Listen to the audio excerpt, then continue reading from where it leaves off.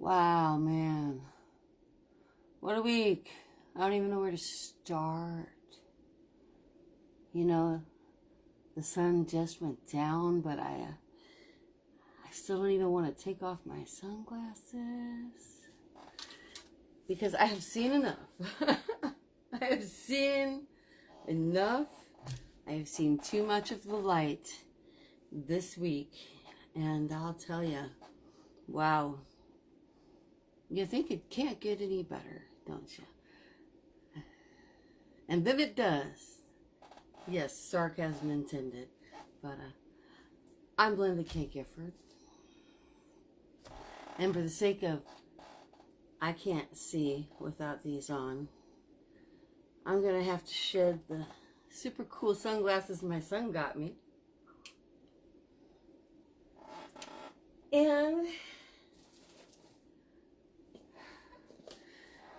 just kind of chill out here for a minute. So we've got like really bad losers in this country. Really bad losers, to put it lightly, but isn't it really shocking that we are truly edging towards a potential civil war? And those who don't think so, it's like every other indicator has headed in that direction, and it's terrifying. But I get it. I do. I get it. I get why the Republican, not quite a majority of voters. Now remember, we've only got like half, not even the population voting in the election, and that's the biggest turnout in history. But we've got so many people in this frightening mythological hi Willie, my son just got home. Oh, I'm worrying about democracy.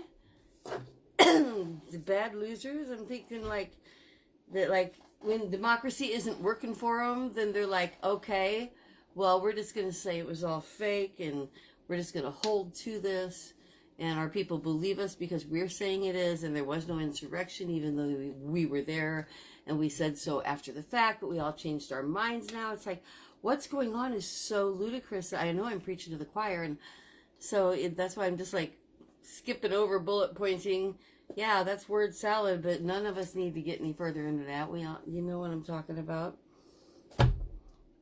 I'm just so sad. I mean, 4-year-olds getting shot in Times Square. I mean, buying toys at a toy shop. God. Rand Paul, he like assaulted Dr. Fauci with nonsense over and over and over. And Dr. Fauci just kept repeating, we have never funded the Wuhan virology, whatever. We have never, ever. Well, then, are you still going to fund the whatever? We have never funded them. It's just ludicrous. And then they take the sound bites and put them out there. So what do we do about the media? That's kind of like what's on the table right now. As a store owner, I am losing, have lost much of my targeting ability, and more will be going bye-bye. And I embrace that. It's not as easy. I mean, I can no longer give them 136 zip codes where I've cross-referenced per capita with environmental awareness, you know, because, yeah, I did that. I'm in business. I'm in business to make money and help people and sell women artisans products.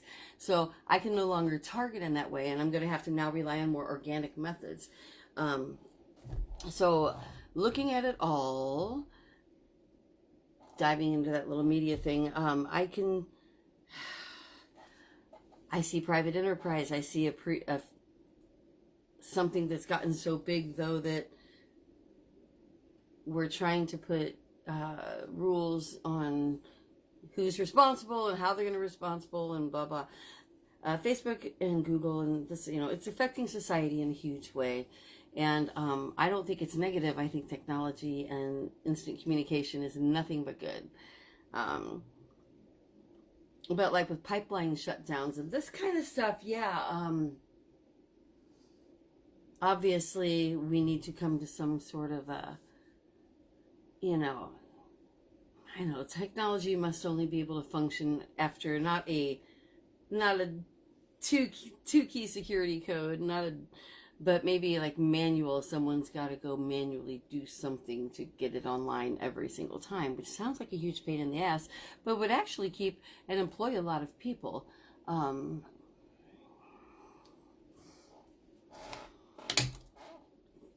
Just a thought.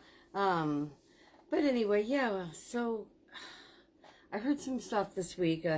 My therapy session gave me some food for thought, and one of them was my therapist said that people in America and Western culture, European Western culture, and American Western culture have embraced the idea of attachment as love. They've confused attachment with love.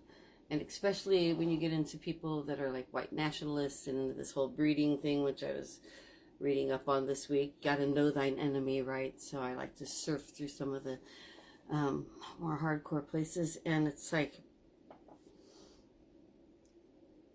what someone else, I can't remember who, I think it was someone on the news that was commentating, someone they were interviewing said, progressives make love, whereas conservatives breed.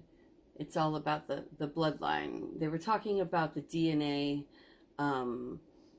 tests and how like white nationalists getting their DNA tests back, and some of them actually saying, hey, I just found out I'm 14% African or something, and which way they go with that. Like, do they want to throw them out, or no, what they do is they discredit the test. They say, then the test is some kind of a plot against them. And then you use the mirror test. Look in the mirror, Are you and I don't want to use the N word, but, are you a Jew? I don't like to use that either. Do you say, if you don't see that, then you're not. So it doesn't matter what your bloodline says and whatever. So the point is, no matter what science gets put in front of these people, they're going to take it and twist it however they want, and they're going to decide that if it doesn't support what they already believed, that it must be a conspiracy against them. So that leads me back to the top of this today, where I said, okay, they're bad losers. They know they're outvoted, so they're trying to desperately gerrymander districts for representatives, doing a fine job, as they always have, of being completely dirty about that.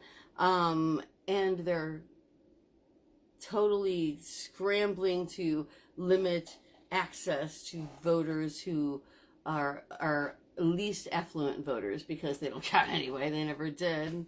Like body count says, and no lives matter. It's the poor. It's the poor and unconnected that don't matter. It's not just about color. It's also poor people they call trash. Poor whites they call trash. It's at the end of one of the verses. Good song. Good song. And in the eyes of the law, black skin has always stood for poor. This is basic shit. Anyway. So, talking about attachment versus love, and thinking about the fact that I have, because I'm ultimately going to talk about being a sexual abuse survivor. So here's where I'm going to get off of politics and go into that. If you don't like that part, you can say goodnight now or whatever. But it all, it ties in. It ties in. This whole Representative Gaetz thing, paying for sex and feeling okay about that. The fact that who you marry is about who they're connected to, or what they look like, or what their race is, and who you want to have sex with is somebody else. I mean, that's I feel sorry for you. I guess I can't say if something's terrible or not, but I think it is. I mean, I think it's limiting think it's incredibly limiting. This is seltzer, by the way, not wine. See how clear we are? It's hard seltzer, but it's much lighter than wine. Yeah, I'm not completely going soft on you here. But, so this pathetic person who's paying for sex, who is arguing about someone being 18. It's okay because she was 18. Still not seeing an 18-year-old, a teenager, as an off-limits child. And we all say, why do his constituents, why do people who vote for him, why do they stand with him? And the reason is, and again, given it a lot of thought and talking it out again with my therapist, it's like, I believe that the reason is because they treat marriage and child breeding as a contract. And the women do too. You know, the women do too. So they never really look in each other's eyes and see each other. And that's what I was talking about at length in my second to last live stream, I believe. Maybe the last one too, but especially the second to last one, is you've got to stop looking in other people's eyes and seeing yourself and trying to be what they want you to be. That's at least what I did over and over again. I just was trying to be what they wanted me to be. And then when I got unhappy, at the point I was completely unhappy, I just walked. Done. Because I knew in my heart they could never be that. And I know so many people, and I talk to so many people now, and I'm on some, you know, other Facebook pages with other abuse survivors. And so many of them are still just stuck in this rut of, you know, basically this person treats me like shit and whatever, you know, is this okay? What am I doing wrong? And it's like, you aren't doing anything wrong except for trying to figure out what you're doing wrong. You're unhappy. And so what I'm getting to is, when you're unhappy, that's when you go find your happiness. And you're not going to find it in a person that you're just trying to make happy unsuccessfully. It's not about you finding the key to their happiness. It's about the fact that it's a mutual thing. And if the two of you aren't finding it together, then it's not real. Then it's something else. And that's okay. You can have a lot of different kinds of love in your life. You know, I loved everyone I ever loved. And everybody I love gets better love because I'm learning more about what love is to me. So it's a progression. Don't expect to have it figured out right away. Don't be ashamed if you discover that something needs to change for you. But for God's sake, don't put up with an abusive situation. I'm not saying give up on someone without trying. My God, I tried and tried and tried. Over and over again. And it wasn't because I was desperately in love with them. It was because I was desperately in love with the idea of making it work. Of the idea that they're forever goddamn after, you know. I'm going to have it this time for God. You know, that's just not the right attitude. It should have been about, how much does this person see me? How much do they understand my needs? And that's another thing that I was talking with my therapist about. It's like, I don't feel the need to tell people what my needs are. I've never said, hey, you should have a birthday, you know, celebrate my birthday or something. I've never said, it hurts my feelings that you don't acknowledge our anniversary, or get me a Christmas present or something. Because basically I'm really kind of like I don't care. But it is kind of an indicator too when people just disregard everything regarding, especially if they do it for other people. If they just, like, it's their thing and they do it across the board, you know, don't celebrate any of that stuff, okay. I'm not a big Hallmark holiday person either. You know, I'm not like sending out Easter cards to all my friends, or Valentine's for that matter. But, guess what I'm saying is, it is nice in whatever way a person does it for someone to make you feel special. But they can't do that if they're making it up and they're faking it. If you have to tell them to do it, then it's totally lost all of its charm. So I contend and I stand by, when it's real, you don't have to make explanations. You slide in a groove. You slide in a groove. And people jump into marriages and relationships way too young, and sexual situations way too young. You know, I think that the age of consent should be at least 20. I do. Teenagers have got no business making these kind of decisions. As I've said before, teenagers make terrible, terrible decisions. So we've given it the line 18. They have to at least be 18 to make a terrible decision. But that doesn't mean that people 30 and 40-year-olds should be waiting to pounce on them and to have sex with them as soon as they get legal. You know, this is gross stuff. Stop sexualizing children. Stop thinking of teenagers as suddenly women. And you know what? Women, especially you, stop doing it. Stop encouraging your daughters to be all sexy. You know, these families that like have their daughters they're 16 and they get breast implants. Oh, thanks, Mom. You know, I'm like, what is wrong with you? That there's a whole culture of people that think that kind of thing is just fine because they're looking at it as a competition. And it is if you're a breeder. So back to the top again. Do you want to be a breeder? Do you want to be in an attached situation? Attached legally, attached by religion, attached by family ties? Or do you want to look in someone's eyes and be seen and understood and melt into that person on a mental and a physical level? Because that's the other alternative, and it's really out there, and you can really have it even if you are a survivor of traumatic abuse or anybody else. This really just applies to anybody. It really does. So I will conclude with another topic that came up this week, the gray zone. I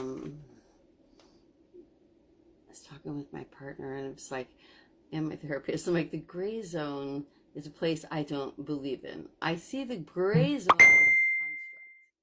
The gray zone is a construct that we make where we agree to disagree, where we don't stand for anything exactly, but, you know, and that works a lot in corporate situations and in family situations and whatever. But when we are in political situations where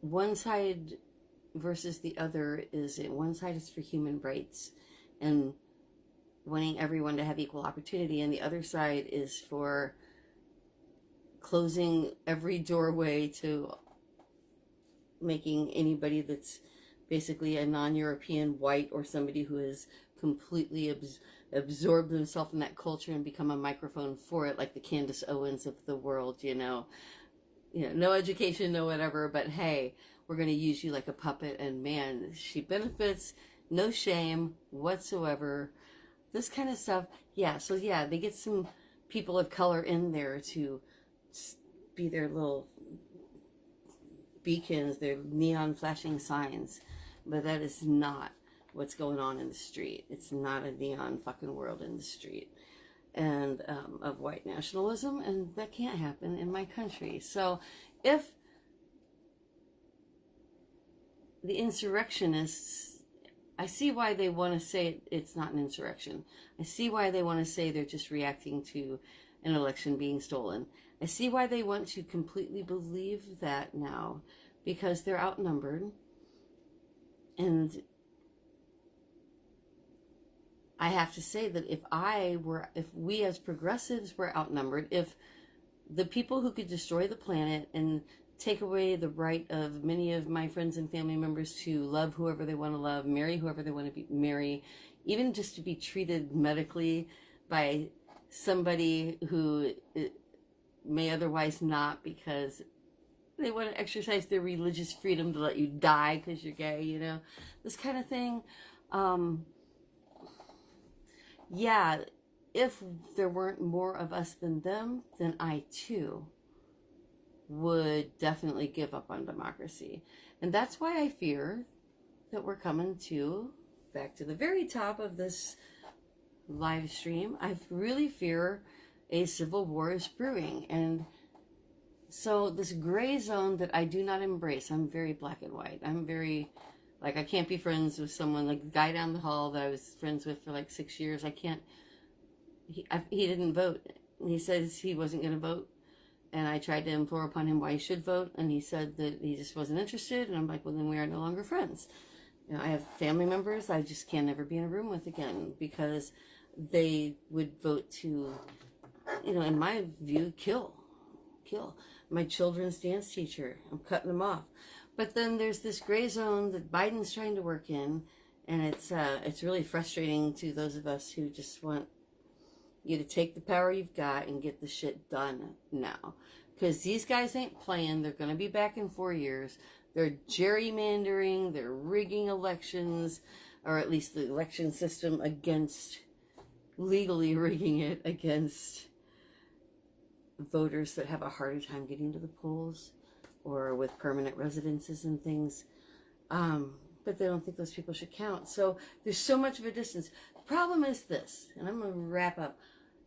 We've got to get on the same page again as a society about agreeing where we want to be, where we're going, what our common goals are. And the founding fathers, I believe, at least in theory, had a more common view of what that goal would be. Well, actually, right from the start, there was always the problem of slaves versus non-slave states. And look what it led to, a civil war. And I just fear that history is repeating itself. So I am going to try to find some of that gray zone and function in it a little bit, not to the point that I capitulated anyway, but in order to not just, I mean, I've gotten to the point that I'm just like, you freaking hateful moron piece of shit, blah de blah. And now I'm going to try to go, I see that you love your own children and grandchildren and your community. We must expand your mind and awareness as to what we is, that we is everybody. We is everybody. Everybody. Okay? So, more political thing here tonight, but I'm going to wrap up, and I've been super, super busy meeting the deadline with my wannabe, for me, publisher, if I can provide what they need in the way of the new website for my book, Self-Talk, My Continuing Efforts to Survive Childhood Sexual Abuse, and my new ebook, which should be released within the week. Basically, I've been working around the clock to meet these deadlines in order to go to a summit, and I'm doing a Kickstarter for all of the above. And I would really appreciate it if anybody would like to donate to my Kickstarter. That would be amazing. Please like and follow. I've never asked for anybody to do that before either, but actually, I need you to, because we are now a book page, and I've routed the store to this page, so I've only got a few products up, but I'm going to start bringing more products in so we can put more money in Sweet Survivor Rescue Fund. Good night. Good night. Don't go for attachment. Go for love. Go for love, okay? We don't breed, we make love. We're progressives. Treat yourself well. Don't take shit from anybody. Don't be a reflection in someone else's eyes. Be sure you're looking deep into each other's before you make commitments, okay?